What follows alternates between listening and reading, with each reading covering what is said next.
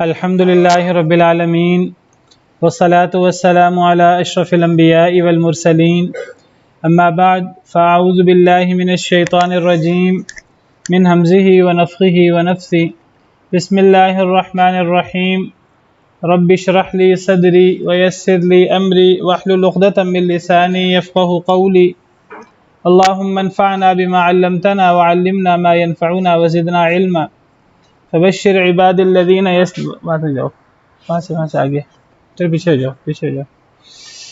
فبشر عباد الذين يستمعون القول فيتبعون أحسنه أولئك الذين هداهم الله وأولئك هم أولو الألباب. أعوذ بالله من الشيطان الرجيم بسم الله الرحمن الرحيم إذ قال الحواريون يا عيسى ابن مريم هل يستطيع ربك أن ينزل علينا مائدة من السماء قال اتقوا الله إن كنتم مؤمنين. إذ قال الحواریون، جب حواریوں نے کہا، سیدنا عیسیٰ علیہ السلام کے جو خاص ساتھی تھے، ان پر ایمان لانے والے، ان کے جانثار، جب انہوں نے کہا یا عیسیٰ ابن مریم، اے عیسیٰ بن مریم، هل یستطیع ربک، کیا طاقت رکھتا ہے آپ کا رب؟ آیت نمبر 112. کیا آپ کا رب طاقت رکھتا ہے، کیا آپ کا رب یہ کر سکتا ہے؟ ان ينزل علینا، یہ کہ وہ نازل کرے ہمارے اوپر، مائدۃ من السماء، ایک دسترخوان، من السماء، آسمان سے. اس وقت کو یاد کرو جب حواریوں نے حضرت عیسیٰ علیہ السلام سے عرض کیا کہ اے عیسیٰ بن مریم، کیا آپ کا رب یہ طاقت رکھتا ہے کہ وہ ہمارے اوپر آسمان سے ایک دسترخوان اتار دے؟ مائدہ، ایک ایسا دسترخوان، ایک ایسی چیز جس پر کھانا وغیرہ چنا جاتا ہے، کھانا وغیرہ سرو کیا جاتا ہے، تو اس کو مائدہ عربی زبان میں کہتے ہیں. تو آپ کا رب یہ کر سکتا ہے کہ ہماری دیکھا دیکھی آسمان سے ایک دسترخوان اترے بہترین قسم کا، اور اس پر زبردست قسم کا کھانا بھی ہو؟ تو یہ کس نے مطالبہ کیا؟ حضرت عیسیٰ کے حواریوں نے. اور یہ حضرت عیسیٰ پر ایمان لانے والے تھے کہ حضرت عیسیٰ کے منکر تھے؟ ایمان لانے والے. تو حضرت عیسیٰ پر ایمان لانے والوں نے، اور جن کی پچھلی آیت میں تعریف ہوئی ہے کہ اللہ فرماتے ہیں کہ ہم نے ان کے دل میں یہ بات ڈالی تھی، ہم نے انہیں وحی کی تھی. میں ذکر کر چکا ہوں پچھلے لیکچر میں کہ یہاں یہ وحی لغوی معنوں میں ہے، یعنی ہم نے ان کے دل میں یہ بات ڈالی کہ مجھ پر اور میرے رسول پر ایمان لاؤ. اور وہ ایمان لائے اللہ پر اور حضرت عیسیٰ پر، اور انہوں نے حضرت عیسیٰ کو گواہ بھی بنایا کہ اے موسیٰ، آپ گواہ رہیے گا کہ ہم مسلمان ہیں. تو اب ان لوگوں نے حضرت عیسیٰ علیہ السلام سے مطالبہ کیا کہ اے عیسیٰ، کیا آپ کا رب یہ کر سکتا ہے کہ وہ آسمان سے ہمارے لیے ایک ایسا مائدہ اتارے جس میں کھانا موجود ہو؟ تو ان کا یہ مطالبہ، ان کا یہ سوال کس غرض سے تھا؟ کیا انہیں کوئی شک و شبہ تھا؟ دوسرے جو لوگ ہیں وہ اس طرح کہتے ہوئے کہ اگر آپ اس طرح ہے تو کہیے کہ وہ اس طرح جی، ایمان بڑھانے کے لیے گویا کہ ان کا اللہ پر ایمان تو تھا جیسے پچھلے آیت میں موجود ہے. تو یہ انہوں نے اصل میں تسلی کے لیے، ایمان کی مضبوطی کے لیے، انہیں پتہ تھا کہ اللہ اس بات کی طاقت رکھتے ہیں، لیکن انہوں نے کہا ہمارا ایمان اور مضبوط ہو جائے. اللہ کی نشانیاں دیکھ کر آخر ایمان مزید مضبوط ہوتا ہے. دیکھیں، ہم مسلمان میں جب قرآن پڑھتے ہیں تو قرآن پڑھنے سے ایمان مزید مضبوط ہوتا ہے. تو اب انہوں نے کہا کہ ہم یہ معجزہ دیکھیں گے، ہم یہ ایک بڑی نشانی دیکھیں گے کہ ہمارے سامنے آسمان سے ایک دسترخوان اترے گا اور اس میں زبردست قسم کا کھانا ہوگا. آخر اللہ تعالیٰ پہلے بھی دیتے رہے ہیں، پہلے بھی من اور سلوہ بنی اسرائیل کو ملتا رہا ہے، اور پہلے بھی اللہ معجزات دکھاتے رہے ہیں. اللہ کے لیے تو کوئی چیز مشکل نہیں ہے.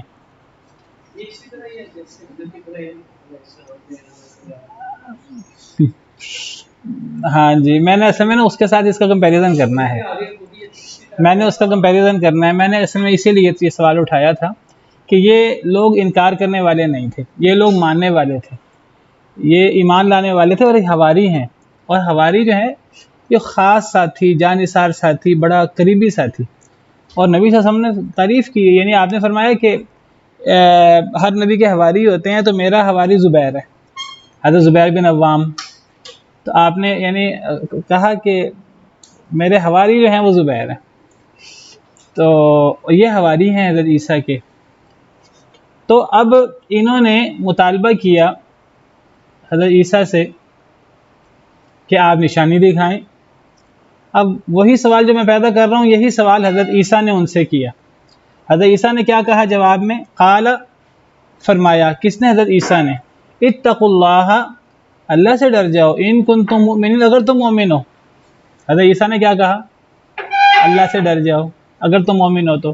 حضرت عیسیٰ نے خوشی کا اظہار کیا کہ یعنی ناراضگی کا اظہار کیا، یا ان کا انداز کیا ہے؟ ڈانٹنے والا انداز ہے، ڈانٹنے والا انداز ہے کہ آپ کو یہ سوال نہیں کرنا چاہیے، یعنی ایک بندے کو اپنے رب کو نہیں آزمانا چاہیے، یہ رب کا کام ہے بندوں کو آزمائے، بندے کا کام تو نہیں رب کو آزمائے، آزمانا تو اللہ کا کام ہے، بندہ آزمانا شروع کر دے تو حضرت عیسیٰ نے کہا اللہ سے ڈر جاؤ اگر تم مومن ہو تو۔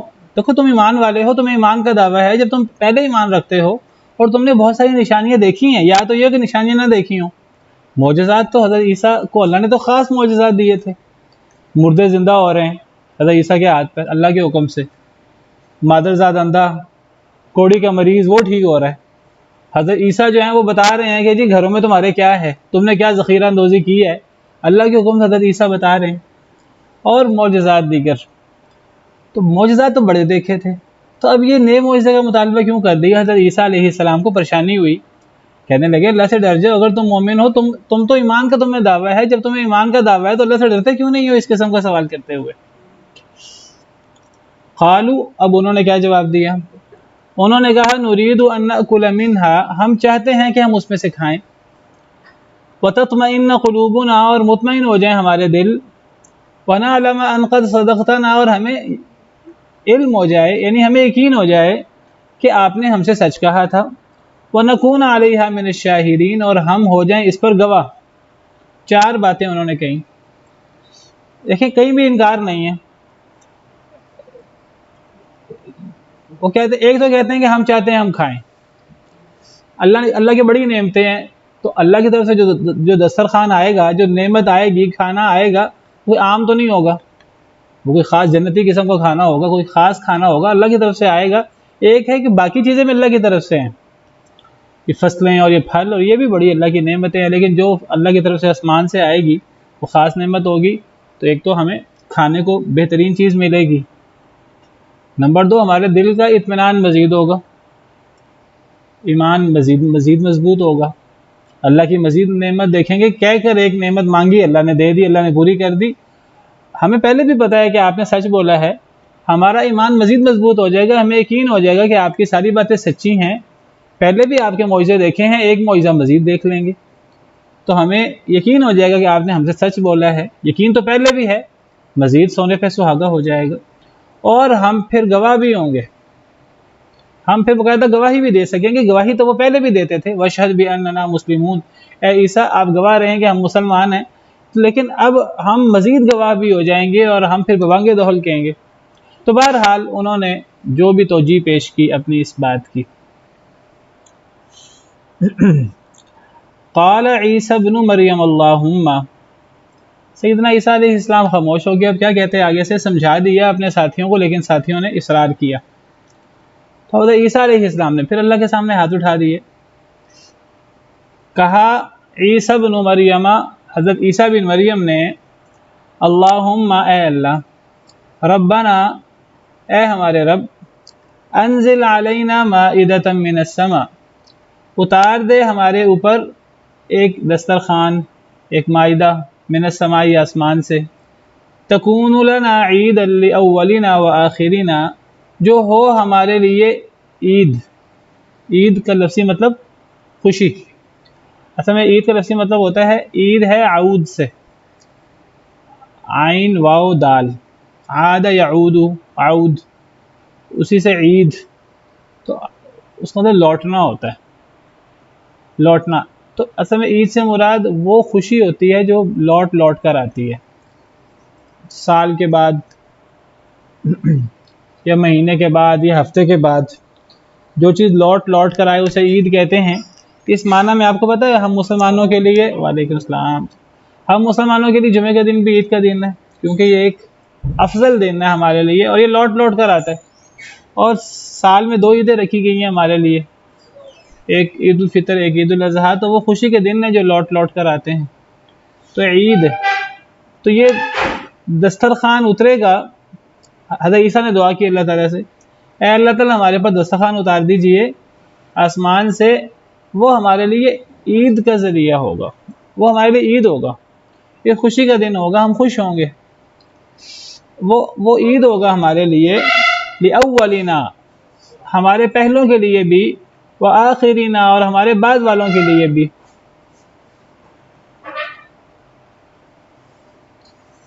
وَآیَةً مِّنْکَ اور وہ نشانی ہوگا آپ کی طرف سے، اے اللہ آپ یہ دسترخوان اتار دیں، اور آپ کی طرف سے خاص نشانی ہوگا، اور ہمارے لیے خوشی کا باعث بھی ہوگا، ہم خوش ہوں گے، ہم آپ کا مزید شکر ادا کریں گے۔ وَارْزُقْنَا اور ہمیں رزق دیجئے، وَأَنْتَ خَيْرُ الرَّازِقِينَ اور بے شک اور آپ بہترین رزق دینے والے ہیں۔ اب حضرت عیسیٰ نے اللہ سے دعا کی قوم کے مجبور کرنے پر، حضرت عیسیٰ ویسے خود نہیں چاہتے تھے، تو قوم کے کہنے پر انہوں نے دعا کر دی اللہ تعالیٰ سے۔ تو اب دیکھیے اس دعا کے اندر ایک تو اللہم اے اللہ، ربنا اللہ کو اللہ کی ربوبیت کا واسطہ ہے، ڈائریکٹ اللہ سے مانگا ہے۔ تمام انبیاء، اولیاء، نیک لوگ، اللہ کے ولی ڈائریکٹ اللہ سے مانگتے ہیں، وہ اللہ سے مانگتے ہوئے کسی اور کا واسطہ وسیلہ نہیں دیتے، کسی فوت شدہ بزرگ کا۔ حالانکہ اسی طرح کی دعا حضرت ابراہیم علیہ السلام نے بھی کی تھی اللہ تعالیٰ سے، اللہ نے ان کی بات قبول کر لی تھی۔ حضرت عیسیٰ حضرت ابراہیم کا واسطہ دے سکتے تھے، لیکن حضرت عیسیٰ نے نہیں دیا۔ فوت شدگان کا واسطہ دینا صحیح نہیں ہے، اس پہ پہلے تفصیل سے بات ہو چکی ہے۔ حضرت عیسیٰ نے اللہ سے ڈائریکٹ مانگا، اور اللہ کے نبی اللہ سے ڈائریکٹ مانگتے ہیں۔ اگر اللہ کو وسیلہ دیتے ہیں تو وہ اللہ کو اپنے اعمال کا وسیلہ دیتے ہیں، یا اللہ کو وسیلہ دیتے ہیں تو وہ اللہ کو اللہ کی صفات کا وسیلہ دیتے ہیں۔ باقی کسی زندہ بزرگ کے پاس جا کر اس سے دعا کرائی جا سکتی ہے، فوت شدہ بزرگوں کے پاس ان سے دعا نہیں کرائی جا سکتی۔ تو حضرت عیسیٰ علیہ السلام نے اللہ سے دعا کی، اور اللہ سے دعا کی تو آپ دیکھیے وَارْزُقْنَا وَأَنْتَ خَيْرُ الرَّازِقِينَ، اللہ کو اللہ کی صفات کا واسطہ بھی دیا، اے اللہ ہمیں رزق دیں، آپ بہترین رزق دینے والے ہیں۔ تو اللہ کو اللہ کی صفات کا واسطہ دیا جائے، وسیلہ دیا جائے، یا اللہ کو اپنے اعمال کا واسطہ دیا جائے، وعلیکم السلام، یا پھر کسی زندہ بزرگ کے پاس جا کر دعا کرائی جا سکتی ہے، جیسے انہوں نے حواریوں نے حضرت عیسیٰ کو کیا کر حضرت عیسیٰ سے دعا کروا لی۔ قال اللہ، تو اللہ نے فرمایا، اب اللہ نے کیا جواب دیا، انی منزلھا علیکم۔ اچھا، بعض لوگ یہاں سے ثابت کرتے ہیں کہ دیکھیں جی دسترخوان اگر اتر جاتا، وہ آگے ابھی ہم پڑھتے ہیں وہ اترا کہ نہیں اترا، دسترخوان اگر اتر جاتا تو حضرت عیسیٰ کہہ رہے ہیں ہمارے لیے عید کا دن ہوتا۔ وہ کہتے ہیں جب کوئی خوشی ہوتی ہے تو خوشی کے دن کو عید بنایا جا سکتا ہے۔ کچھ لوگ یہاں سے استدلال کرتے ہیں، وہ کہتے ہیں کہ جی حضرت عیسیٰ نے کہا کہ اے اللہ تعالیٰ دسترخوان اتار دے، دسترخوان اترے گا تو ہمارے لیے عید بن جائے گا، خوشی کا دن بن جائے گا۔ وہ کہتے ہیں کہ اس کا مطلب یہ ہوا کہ جس دن کوئی خوشی ہوتی ہے تو وہ عید کا دن اس کو کہا جا سکتا ہے۔ تو وہ اسے ثابت کرتے ہیں، دیکھیں جی جس دن نبی کریم صلی اللہ علیہ وسلم پیدا ہوئے تو ان کے پیدا ہونے کا دن ہمارے لیے خوشی کا دن نہیں ہے، اگر خوشی کا دن ہے تو ہم اسے عید کیوں نہیں کہہ سکتے، ہم اسے عید میلاد النبی کہہ سکتے ہیں۔ کیا خیال ہے؟ عیسائی سے استدلال کرتے ہیں۔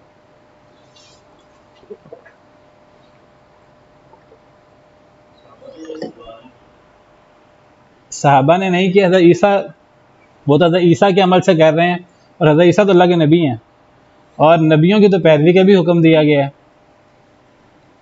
اولئک الذین ھدی اللہ فبہداہ مقتدی، یہی وہ لوگ ہیں جنہیں اللہ نے ہدایت دی تو ان کی ہدایت کی پیروی کریں آپ بھی اے اللہ کے رسول. تو ان کا استدلال سمجھ میں آیا ہے؟ تو استدلال صحیح ہے کہ صحیح نہیں ہے؟ نہیں، اگر آپ کہتے ہیں کہ صحیح نہیں ہے، اس سے تو بہت ساری عیدیں پیدا ہو جائیں گی، یہاں سے آپ اس کا جواب دیں نا. ان کا استدلال صحیح ہے کہ صحیح نہیں ہے؟ اس کا جواب کیا دیں؟ آپ کی ساری باتیں ٹھیک ہے، اس کا جواب کیا دیں؟ کیا یہ غلط ہے؟ حضرت عیسیٰ نے غلط کہا تھا ولیعوذ باللہ. دیکھیے یہاں سے یہ کہنا کہ چونکہ حضرت عیسیٰ نے اللہ سے دعا کی، حضرت عیسیٰ کہہ رہے ہیں کہ اے اللہ کا دسترخوان اتر گیا تو وہ عید بنا لیں گے ہم. کون کہہ رہے ہیں ہم عید بنا لیں گے؟ نبی کہہ رہے ہیں. اور نبی کا عمل، آپ اس کو نبی کا اجتہاد، آپ کہہ سکتے ہیں نبی کا اجتہاد تھا، اللہ کی طرف سے وحی نہیں تھی. پھر نبی کا اجتہاد بھی اللہ کا حکم ہوتا ہے اگر اس میں اللہ کی طرف سے اصلاح نہ آ جائے. تو اگر اس سے کسی دن کو بطور خوشی عید بنانا یا عید کہنا جائز بنتا ہے اگر اس سے، تو وہ تب بنتا ہے جب نبی اس کو عید قرار دے. تو یہ تو حضرت عیسیٰ اس کو عید قرار دے رہے تھے. اگر اللہ تعالیٰ اتار دیتے دسترخوان اور اللہ تعالیٰ حضرت عیسیٰ کی بات کا انکار نہ کرتے تو واقعی ہی یہ دن ان کے لیے عید بن جاتا. کیوں عید بنتا؟ حضرت عیسیٰ کے کہنے پر. تو حضرت عیسیٰ کے کہنے سے تو یہ چیز عید بن سکتی ہے، میرے آپ کے کہنے سے تو نہیں بن سکتی. اور ہمارے لیے جو دو عیدیں جو آپ بات کر رہے ہیں، بات وہ بھی ٹھیک ہے، ہمارے لیے یہ دو عیدیں نبی صلی اللہ علیہ وسلم نے مقرر کی ہیں. وہ عیدیں اس لیے ہیں کہ وہ نبی نے مقرر کی ہیں، ہم کیسے مقرر کر سکتے ہیں؟ ٹھیک ہے، تو نبی کسی چیز کو مقرر کرے تو وہ نبی کا مقرر کرنا تو ایک الگ چیز ہے. وہ اگر اس میں کوئی اللہ کی طرف سے اصلاح آنی ہو، اللہ اس کا انکار کر دیں تو وہ غلط ہوتا ہے، اگر اللہ اس کا انکار نہ کریں تو وہ صحیح ہوتا ہے. لیکن یہاں تو نبی کی بات ہے. اگر اس طرح کی بات ہو تو وہ حواری خود بھی اس کو عید بنا لیتے. تو حضرت عیسیٰ اس کو ذکر کر رہے ہیں بطور نبی، تو عید تو نبی مقرر کرتا ہے اللہ کے حکم سے. اگر نبی کا اجتہاد بھی ہو، اللہ کی طرف سے اصلاح نہ آئے تو وہ دین بن جاتا ہے ہمارے لیے. تو نبی مقرر کرے تو نمبر ایک. نمبر دو یہ ہے کہ جہاں تک بات ہے کہ اس کو عید کہیں یا نہ کہیں، عید میلاد النبی کو یہ کہا جائے کہ جی ہمیں نبی صلی اللہ علیہ وسلم کے پیدا ہونے کی خوشی ہے، تو پیدا ہونے کی خوشی تو ہر مسلمان کو ہوتی ہے. مسئلہ اصل میں نا یہ خلط مبحث ہے کہ یہ کہا جائے کہ یہ خوشی ہے کہ خوشی نہیں ہے. یہ بالکل ایک غلط رخ ہے بحث کا. اصل بحث یہ نہیں ہے کہ خوشی ہے کہ نہیں. نبی صلی اللہ علیہ وسلم کے پیدا ہونے کی خوشی تو کس مسلمان کو نہیں ہوگی. کوئی غیر مسلم ہی یا کوئی دشمن یا ایسا ہی ہوگا جسے خوشی نہ ہو. مسئلہ خوشی کا نہیں ہے، مسئلہ اصل میں خوشی کو سیلیبریٹ کرنے کا ہے کہ اس خوشی کو ہم نے ہر ہفتے سیلیبریٹ کرنا ہے، ہر وقت سیلیبریٹ کرنا ہے، کہ ہر سال بعد سیلیبریٹ کرنا ہے عیسائیوں کی طرح، غیر مسلموں کی طرح وہ سال میں ایک دفعہ کرتے ہیں. تو ہم نے ان کی دیکھا دیکھی سال میں ایک دفعہ اس کو منانا ہے، جس طرح وہ کرسمس مناتے ہیں، کہ ہم نے اس خوشی کو ایسے منانا ہے جیسے نبی کریم صلی اللہ علیہ وسلم نے منانے کا حکم دیا، جیسے صحابہ کرام مناتے تھے. تو نبی صلی اللہ علیہ وسلم نے باقاعدہ اس دن کو منایا ہے. قل بفضل اللہ وبرحمتہ فبذلک فلیفرحوا، کہہ دیجیے اللہ کے فضل اور اللہ کے رحمت پر لوگوں کو خوش ہونا چاہیے. اور نبی صلی اللہ علیہ وسلم کا پیدا ہونا یہ اللہ کا فضل، اللہ کی رحمت ہے. یہ جو آیت میں نے پڑھی ہے آپ کے سامنے، یہ آیت پہ وہ پیش کرتے ہیں. اور اس آیت کا استدلال صحیح ہے کہ اللہ کی فضل پر، اللہ کی رحمت پر خوش ہونا چاہیے. یہ آیت اصل میں قرآن کے بارے میں، قرآن اللہ کا فضل ہے اور اللہ کی رحمت ہے، تو مسلمانوں کو قرآن پر خوش ہونا چاہیے کہ اللہ نے قرآن جیسی نعمت دی ہے. تو نبی صلی اللہ علیہ وسلم جیسی نعمت پر بھی مسلمانوں کو خوش ہونا چاہیے. اس آیت سے عمومی استدلال تو ٹھیک ہے، سوال خوشی کا نہیں ہے، سوال اس خوشی کو منانے کا ہے. ایک بندہ کہ جی میں خوشی مناؤں گا ناچ کر گا کر، میں پورا دن پھیرے لگاتا رہوں گا اور میں پورا دن ناچتا رہوں گا اور میں یہ کرتا رہوں گا، میں وہ کرتا رہوں گا، تو یہ اس خوشی منانے کی اجازت کون دے گا؟ ایک بندہ کہ جی میں تو خوشی اس طرح مناتا ہوں کہ کنسرٹ کریں گے ہم اور ہم ناچیں گے گائیں گے، مردوں عورتوں کا اختلاط ہوگا اور یہ ہوگا اور وہ ہوگا، تو اس خوشی کو منانے کی اجازت کون دے گا؟ اسلام تو اس کی اجازت نہیں دیتا. تو مسئلہ خوشی کا نہیں ہے، مسئلہ خوشی کو منانے کا ہے. خوشی منانی کس طرح ہے؟ تو خوشی ناجائز طریقے سے منانی ہے، یا آپ کہیں گے نہیں جی ہم ناجائز طریقے سے نہیں مناتے. سوال یہ ہے کہ آپ اپنی مرضی سے خوشی کر سکتے ہیں دین کے نام پہ. یہ بات تو طے ہے کہ نبی صلی اللہ علیہ وسلم کی پیدا ہونے کی خوشی منانا یہ عبادت ہے. اس خوشی کا تعلق اللہ کے ساتھ ہے، اللہ کو راضی کرنے کے ساتھ ہے، اور جس چیز کا تعلق اللہ کو راضی کرنے کے ساتھ ہے وہ عبادت ہوتی ہے. کہ عبادت کا طریقہ خود نہیں گڑا جاتا، عبادت کا طریقہ اللہ کی طرف سے ہوتا ہے. ایک بندہ نماز کی 6 رکعتیں گھڑ کر پڑھنا شروع کر دے اپنی طرف سے کہ کیا صحیح ہوگا؟ جی میں تو نماز پڑھ رہا ہوں. بھئی آپ نماز کے لیے آپ جو ہے وہ 6 رکعتیں کیا 50 رکعتیں پڑھ لیں، وہ آپ کو ثواب تو نہیں ہونا، گناہ ہی اس کا ہونا ہے.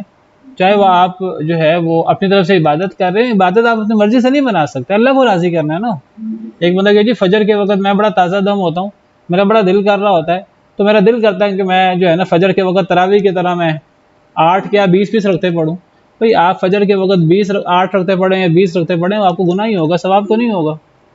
تو مسئلہ یہ نہیں ہے کہ صرف خوشی منانا کوئی مسئلہ نہیں. خوشی تو ہے، سوال خوشی کو منانے کا ہے. خوشی کو منانا کس طرح؟ اپنی مرضی سے منانا ہے کہ اللہ کے بتائے ہوئے طریقے کے مطابق منانا ہے یا نبی کے بتائے ہوئے، اور نبی نے یہ طریقہ بتایا ہوا ہے. ہم نبی کے بتائے ہوئے اور صحابہ کرام نے جس طریقے پر عمل کیا، صحابہ تابعین تبع تابعین، ہمیشہ اس پہ عمل ہوتا رہا، اور نبی صلی اللہ علیہ وسلم نے بتایا، اس کو چھوڑ کر ہم غیروں کا طریقہ اپنا لیتے ہیں خوشی کو منانے کا. تو یہ ساری بات ہے. تو نبی صلی اللہ علیہ وسلم نے اس خوشی کو منایا ہر ہفتے.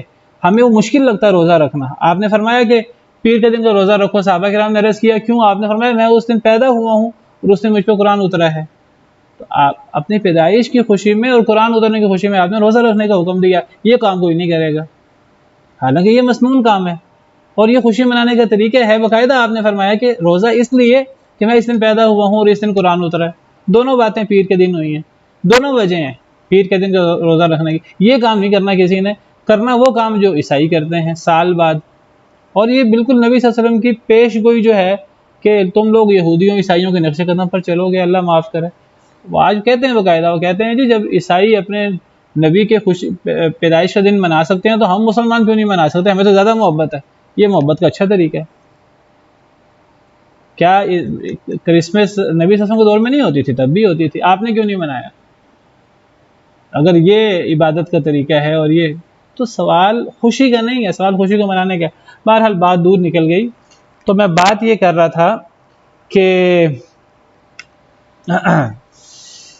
یہ اگر عید کا دن بھی ہو تو یہ عید کا دن اگر ہوتا تو پہلی بات تو ہوا ہی نہیں. یہ ہوتا تو یہ حضرت عیسیٰ کے کہنے سے ہوتا، نبی کے کہنے سے ہوتا. یہ ہر ایک کے کہنے سے عید کا دن بھی بن جاتا. باقی خوشی کا مسئلہ، خوشی تو ہے، خوشی کو منانے کا مسئلہ ہے. ایک مسلمان کو تو ہر وقت یہ خوشی ہے کہ نبی کریم صلی اللہ علیہ وسلم تشریف لائے، نبی صلی اللہ علیہ وسلم کی سنتوں پر عمل کیا جائے، نبی صلی اللہ علیہ وسلم کے طور طریقے پر عمل کیا جائے. ایک مسلمان تو اس معنی میں ہر لمحے خوشی منا سکتا ہے. وہ ہر لمحے خوشی نہیں منانی، وہ سال بعد منانی ہے، اور منانی بھی ان سے سوال کرنا چاہیے کہ آپ عجیب لوگ ہیں، آپ کو سال بعد خوشی ہوتی ہے. بھی اگر اس طرح کر کے خوشی منانی جس طرح آپ مناتے ہیں تو آپ یہ خوشی ہر روز منا لیں. آپ ہر روز کو عید قرار دے لیں، آپ ہر سوموار کو عید قرار دے لیں. وہ کسی نے نہیں کرنا، وہ کرنا عیسائیوں کے طریقے کے مطابق. تو بہرحال اچھا جی، بات یہ چل رہی تھی کہ دسترخوان کا اترنا جو حضرت عیسیٰ سے حواریوں نے کہا. حضرت عیسیٰ پہلے ان سے ناراض ہوئے، پھر ان کے اصرار کرنے پر حضرت عیسیٰ نے اللہ سے دعا کی. تو اللہ نے پھر اس کا کیا جواب دیا؟ اللہ نے فرمایا قال اللہ انی منزلها علیکم. اللہ نے فرمایا بے شک میں اتارنے والا ہوں اس کو تم پر، میں اس کو اتار دوں گا تم پر. یعنی میرے لیے کوئی مشکل نہیں ہے، اللہ کے لیے کیا مشکل ہے. فمن یکفر بعد منکم، پس جو انکار کرے گا اس کے بعد تم میں سے، فانی اعذبہ، پس بے شک میں عذاب دوں گا اس کو، عذاباً ایسا عذاب، لا اعذبہ احدا من العالمین، نہیں میں نے عذاب دیا ہوگا وہ کسی ایک کو جہان والوں میں سے. تو اللہ نے ناراضگی کا اظہار کیا. اللہ نے فرمایا، حضرت عیسیٰ کو بھی اسی کا خطرہ تھا، اللہ نے فرمایا میں اتارتا دوں گا، میرے لیے کوئی مشکل نہیں ہے، میں دسترخوان اتار سکتا ہوں. اللہ نے پہلے بھی من اور سلوہ اور پہلے بھی بڑے معجزے اتارے، میں یہ اتار سکتا ہوں، میرے لیے کوئی مشکل نہیں ہے. لیکن جب تم اللہ کا امتحان لے رہے ہو تو پھر اللہ سے جب مانگ کر ایک چیز مانگو گے، ایک چیز لو گے، تو پھر ذمہ داری بہت بڑی آئے گی. پھر اگر کسی نے انکار کیا، پھر اگر کوئی اس اللہ کی بہت بڑی نعمت کا شکریہ ادا نہ کر سکا، کما حقہ، کسی نے انکار کر دیا، کسی نے کوئی الٹا سیدھا لفظ کہہ دیا، کسی نے کہیں کوئی کمی کوتاہی کر دی.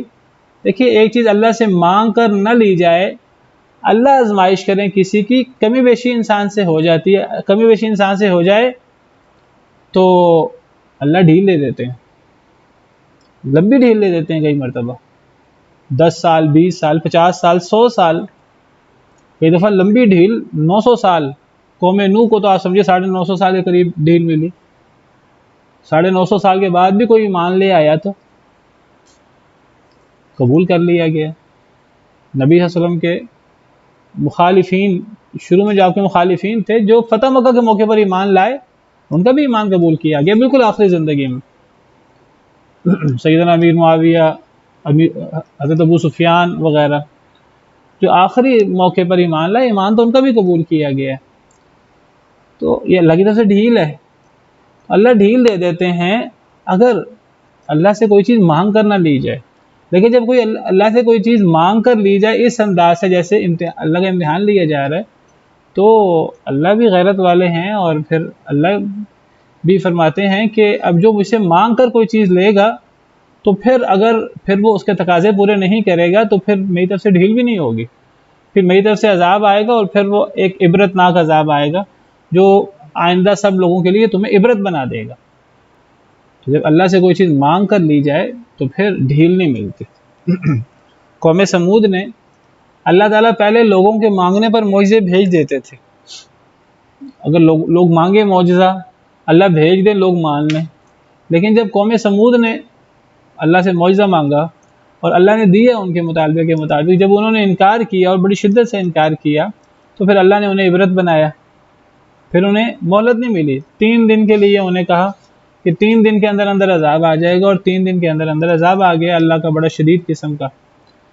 اور اللہ نے فرمایا، قرآن میں موجود ہے کہ وَمَا مَنَعَنَا أَن نُرْسِلَ بِالْآيَاتِ إِلَّا أَن كَذَّبَ بِهَا الْأَوَّلُونَ، ہم معجزے اس لیے نہیں بھیجتے کہ پہلے لوگوں نے جھٹلا دیا تھا، یا معجزے بھیجنے سے مراد یعنی مطالبے پر معجزے بھیجنا، تو ہمیں معجزے بھیجنے سے روک دیا اس بات نے کہ پہلے لوگوں نے جھٹلا دیا تھا، یعنی تقاضا کر کے جیسے انہوں نے کہا اللہ نے ویسا معجزہ پورا کر دیا، لیکن انہوں نے انکار کر دیا۔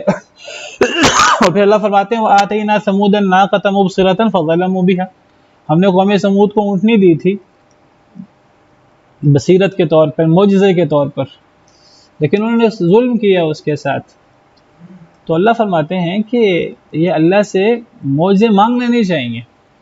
اور یہ بات بھی یاد رکھیں کہ جو اللہ کی طرف سے معجزے آتے ہیں تو معجزے کو خوشیاں مناتے ہوئے ہنستے کھیلتے معجزے کے ساتھ معاملہ یہ نہیں کرنا چاہیے۔ وَمَا نُرْسِلُ بِالْآيَاتِ إِلَّا تَخْوِيفًا، اللہ فرماتے ہیں ہم تو معجزے ڈرانے کو بھیجتے ہیں، معجزے خوشیاں منانے کے لیے اور ہنسی خوشی اور کھیل کود کے لیے نہیں اترتے۔ تو بندہ یہ کہے کہ جی ہم اللہ سے معجزہ مانگتے ہیں، اللہ دیں گے تو ہم خوشیاں منائیں گے اور ہم خوش ہوں گے اور ہم کھائیں پیئیں گے، جس طرح حواریوں نے کہا نرید ان ناکل منہا، ہم کھائیں گے اس سے، ہم خوش ہوں گے۔ معجزے یہ خوشیاں منانے کے لیے نہیں آتے، معجزے جب کوئی مانگتا ہے تو پھر بہت بڑی ایک ذمہ داری، اور پھر گویا کہ بہت بڑی یعنی آپ سمجھے پل صراط کے اوپر پھر وہ بندہ گزرتا ہے۔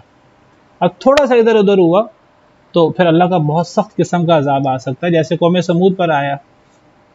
تو جب اللہ کی طرف سے یہ بات آئی تو اب آگے پھر بات ختم ہو گئی ہے، آگے قرآن کریم میں صراحت نہیں ہے کہ پھر معجزہ اترا کہ نہیں اترا، حضرت عیسیٰ اپنے مطالبے پر برقرار رہے کہ نہیں رہے۔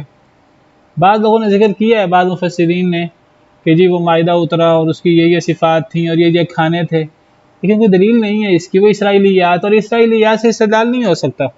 زیادہ مفسرین کی یہی رائے ہے کہ پھر حضرت عیسیٰ اس مطالبے سے دستبردار ہو گئے، کیونکہ حضرت عیسیٰ کو پہلے اندازہ تھا کہ یہ بات صحیح نہیں ہے، اور انہوں نے اپنی قوم کو سمجھایا بھی تھا، قال اتقوا اللہ ان کنتم مؤمنین۔ تو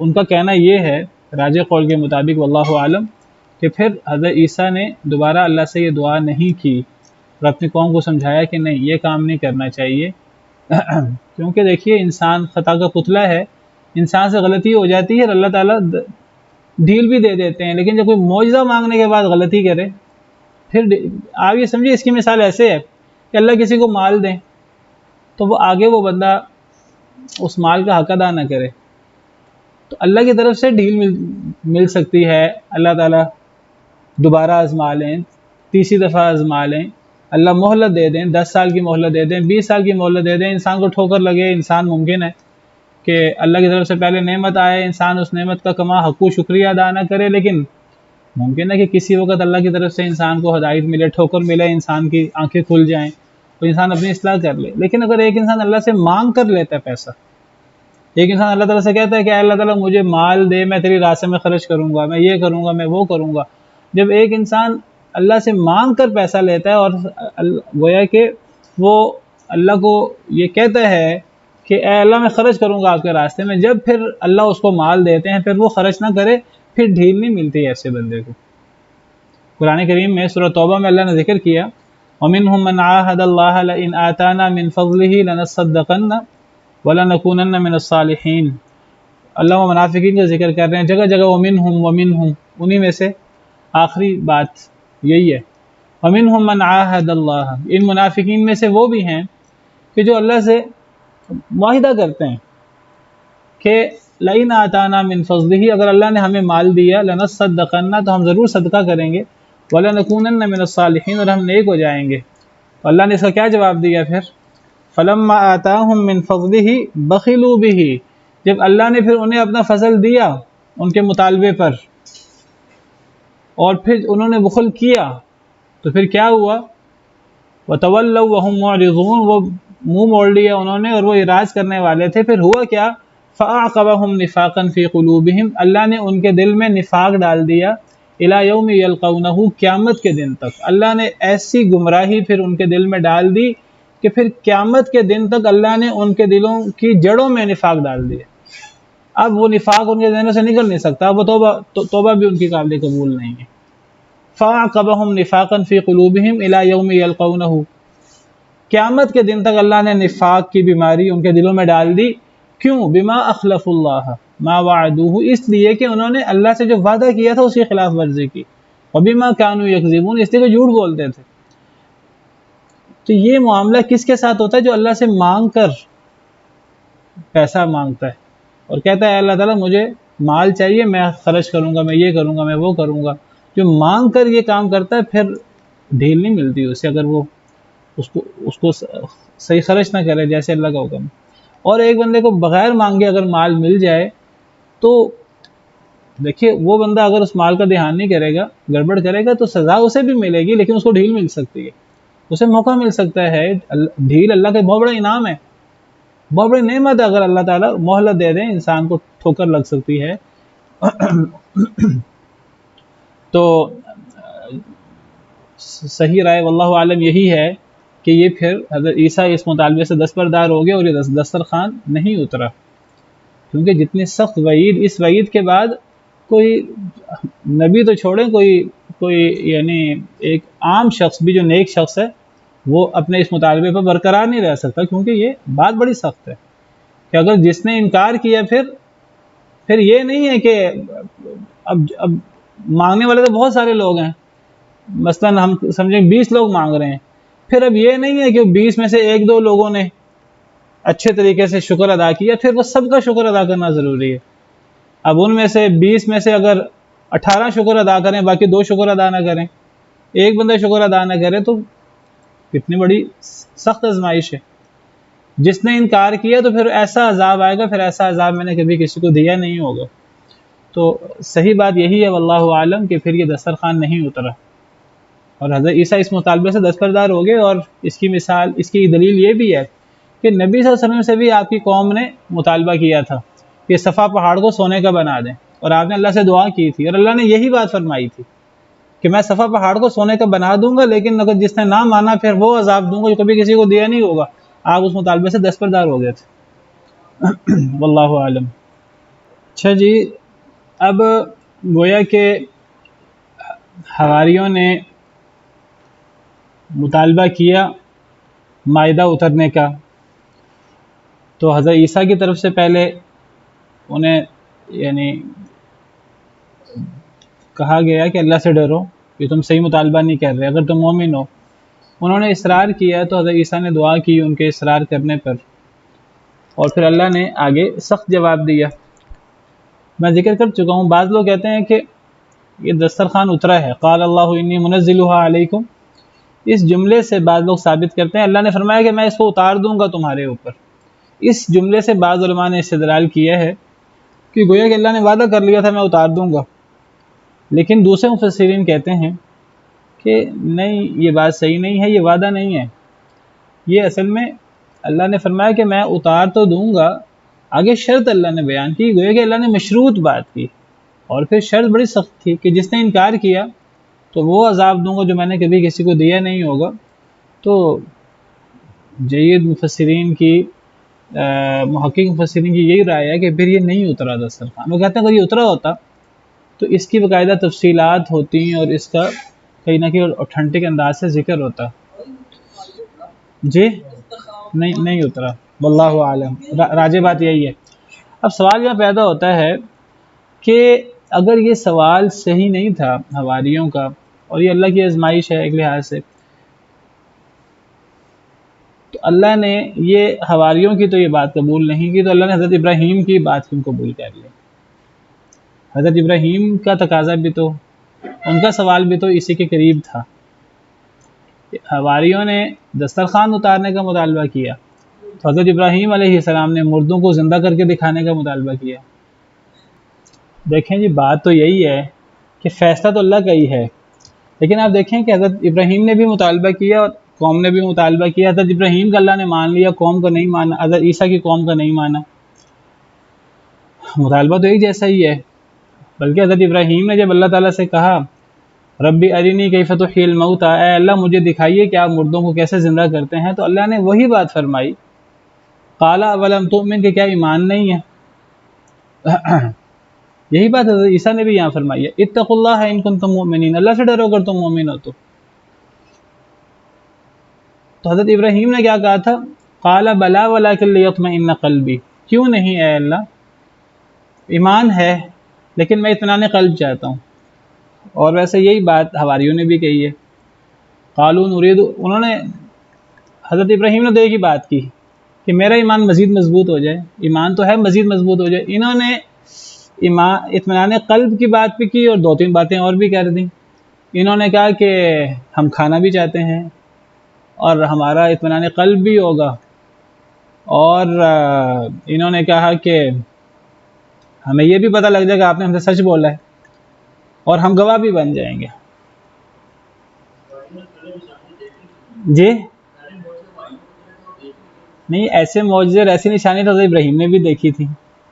حضرت ابراہیم کی اللہ نے بات مان لی اور ان کی نہیں مانی. دیکھیے، بات تو اللہ کے فیصلے، اللہ کی مرضی ہے، لیکن اگر اس معاملے پہ غور کریں تو بہرحال میرے اپنا ہی ایک اجتہاد غلط بھی ہو سکتا ہے کہ اصل میں نا اللہ تعالیٰ کا ہر بندے کے ساتھ معاملہ ایک اور انداز سے، ایک اور اینگل سے ہوتا ہے. یعنی اللہ کے سامنے کون ہے، بات کرنے والا کون ہے، اللہ اس کا دھیان کرتے ہیں. دیکھیے، اللہ کے لیے تو اللہ کی ساری مخلوق ہے، لیکن مخلوق میں فرق ہوتا ہے. کوئی ایسا ہے جو خلیل اللہ ہے اور جس نے اللہ کے لیے اتنی قربانیاں دی ہیں، اور تو اللہ سے جب وہ کوئی مطالبہ کرے گا، اور جب دوسرا وہ نبی بھی نہیں ہے اور وہ ٹھیک ہے حواری ہیں اور وہ حضرت عیسیٰ کے جانثار ساتھی ہیں، نبی تو نہیں ہے، خلیل تو نہیں، خلیل اللہ تو نہیں ہے، تو خلیل اللہ کا تو اپنا مقام ہے نا. تو خلیل اللہ سے کوئی مطالبہ کریں اور اللہ ان کا مطالبہ قبول کر دیں، وہ خلیل اللہ ہیں. اور یہاں حواری ہیں، ٹھیک ہے، نبی تو نہیں ہے. تو پتہ لگتا ہے کہ حفظ مراتب، اور اس سے ہمیں بھی سمجھ آتی ہے کہ ہمارا رویہ لوگوں سے ان کے مراتب، ان کے مقام کے مطابق ہونا چاہیے. ایک بندہ کوئی بات کہے تو اس سے ہم ایک معاملہ کریں، اور دوسرا بندہ کوئی بات کہے اور ہم اس سے اس جیسا معاملہ کریں. دونوں میں ایک بات میری ماں کہہ رہی ہے اور ایک بات ایک عام آدمی کہہ رہا ہے، میں دونوں سے ایک رویہ تو نہیں رکھوں گا، چاہے بات مجھے اچھی نہیں لگ رہی، انداز فرق ہوگا. تو یعنی حفظ مراتب کا بڑا دھیان ہے.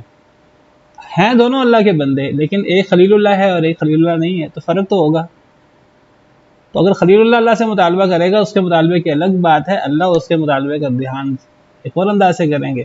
اور اگر کوئی عام امتی کرے گا تو اس کا فرق جو غیر نبی کرے گا فرق تو ہوگا۔ تو اللہ نے خلیل اللہ کی بات مان لی، اللہ نے ان کی بات نہیں مانی۔ اور اس کی مثالیں قرآن کریم اگر غور کریں تو آپ کو اور بھی ملیں گی۔ دیکھیے، یہ تو نبی اور حواریوں کا فرق ہے نا، نبی اور غیر نبی کا۔ نبی کے ساتھ اللہ کوئی اور معاملہ کر رہے ہیں، خاص انداز کا معاملہ کر رہے ہیں، اور حواریوں کے ساتھ جو غیر نبی ہے اللہ نے انہیں ڈانٹ دیا۔ حضرت ابراہیم کو اللہ نے دکھا دیا۔ اب اس کی اور مثالیں بھی ہیں، صحابہ کی اور غیر صحابہ کی مثال آپ کو سامنے پیش کرتا ہوں۔ دیکھیے، صحابہ کرام کے سامنے نبی کریم صلی اللہ علیہ وسلم ہوتے تو صحابہ کرام کیا کرتے کہ صحابہ ان سے بعض ایسے سوال بھی کر لیتے جو نہیں کرنے چاہیے تھے۔ نبی ہیں اور نبی کے اوپر وحی آ رہی ہے، تو صحابہ بعض دفعہ سوال کر لیتے۔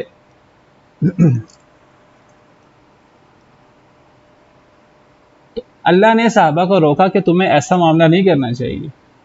وَاعْلَمُوا أَنَّ فِيكُمْ رَسُولَ اللَّهِ لَوْ يُطِيعُكُمْ فِي كَثِيرٍ مِّنَ الْأَمْرِ لَعَنِتُّمْ۔ یہ بات جان لو کہ تم میں اللہ کے رسول موجود ہیں، یہ بات ٹھیک ہے، ان پر اللہ کی طرف سے وحی اترتی ہے، اس کا مطلب یہ نہیں ہے کہ تم رسول کو اپنے مطابق چلانے کی کوشش کرو۔ رسول تمہارے مطابق نہیں چلے گا، اللہ کے حکم کے مطابق چلے گا، تمہیں رسول کو اپنے مطابق چلانے کی کوشش نہیں کرنی چاہیے۔ اور اللہ نے سمجھایا کہ اگر یہ رسول تمہاری اطاعت شروع کر دے، تمہارے کہنے کے مطابق چلنا شروع کر دے، تو نقصان تمہارا ہوگا۔ تو انسان کو تو پتہ ہی نہیں میرا فائدہ کیا ہے، میرا نقصان کیا ہے۔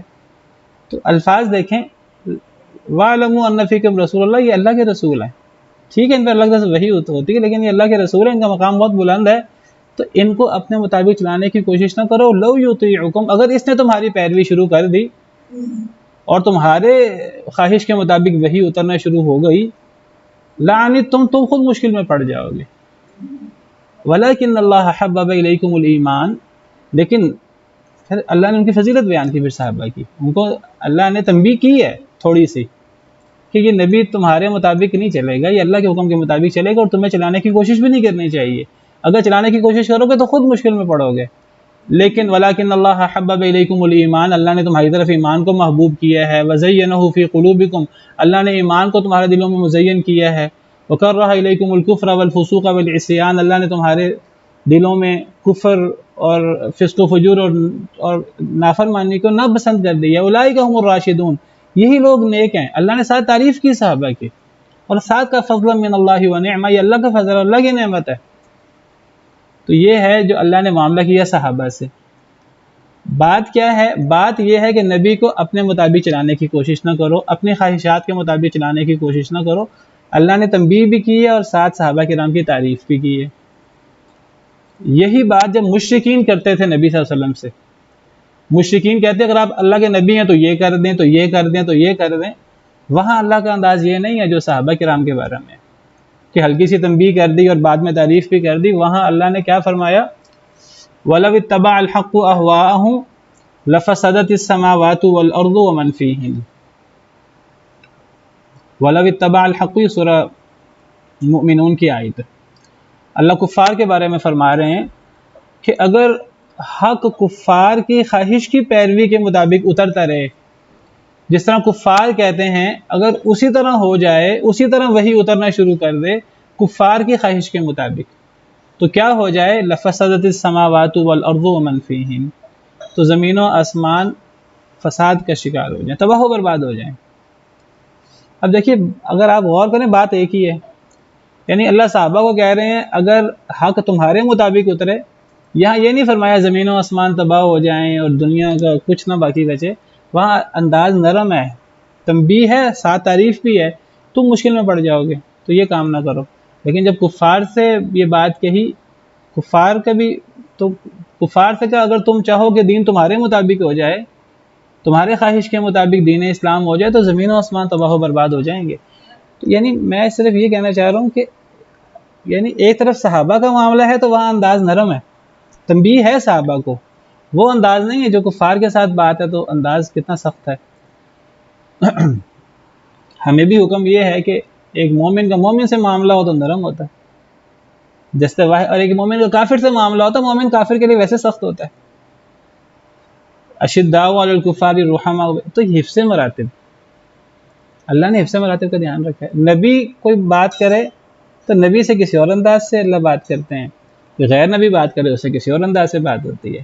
کوئی بات صحابہ کرام کی ہو اس کے بارے میں کسی اور انداز کا خطاب آئے گا. کوئی بات غیر صحابی یا کسی فاسق و فاجر اور کافر کی بات ہو اس کے بارے میں کوئی اور محاکمہ کسی اور انداز سے کیا جائے گا. تو حفظ مراتب، لوگوں سے لوگوں کے مراتب کے مطابق بات کرنی چاہیے. ہر بندے کو ایک لاٹھی سے نہیں دھانکنا چاہیے، ہر ایک سے اس کے مطابق. کلم الناس علی قدر عقولہم، لوگوں سے ان کے عقل کے مطابق گفتگو کرنی چاہیے. جیسا بندہ ہے اس سے اس انداز کا معاملہ رکھنا چاہیے. اگر ایک بندہ آ جائے ایک عام بندہ آ جائے دیہاتی، آپ اس سے کسی اور انداز سے بات کریں گے. ایک غیر بندہ آ جائے معزز بندہ ہے تو آپ اس سے کسی اور انداز سے بات کریں گے. اور یہ ہمیں اسلام بھی یہ بات سکھاتا ہے. واللہ تعالی عالم. تو مجھے تو یہ سمجھ آتی ہے حضرت ابراہیم علیہ السلام نے یہ مطالبہ کیا تو اللہ نے ان کا مطالبہ پورا کر دیا. حضرت عیسیٰ کے حواریوں نے کیا، اللہ نے ڈانٹ دیا آگے سے. اللہ کے فیصلے ہیں، اللہ کی مرضی ہے. سبحان ربک رب العزت عما یصفون وسلام